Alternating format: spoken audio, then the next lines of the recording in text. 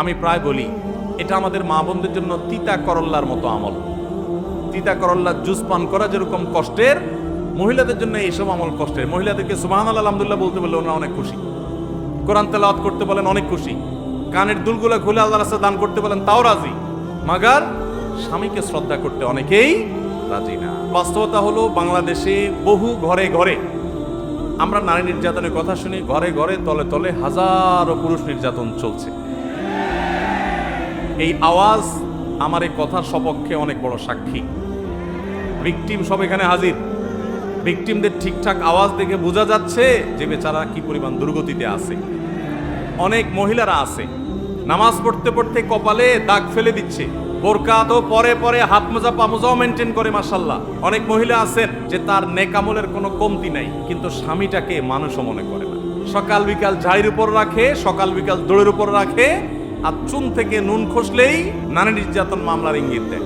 বাংলাদেশে দুই ধরনের মামলা আছে। এই মামলার নাম শুনলেই বেশিরভাগ মানুষের মাথায় চলে আসে, আমাদের বামরা বেশিরভাগ মানুষের ধারণা চলে আসে যে এটা পুরাটাই কোনো মানুষকে ফাঁসানোর জন্য হয়েছে। তার ভিতরে একটা হলো নাশকতার পরিকল্পনার মামলা, আরেক মামলা হলো নারী নির্যাতন মামলা, যে ফাঁসানোর জন্য এই মিথ্যা মামলাগুলো আমরা করি। যারা করি কিয়ামতের ময়দানের জন্য অপেক্ষা করি। আল্লাহ তাআলা আমাদেরকে বোঝার তৌফিক দান করুন।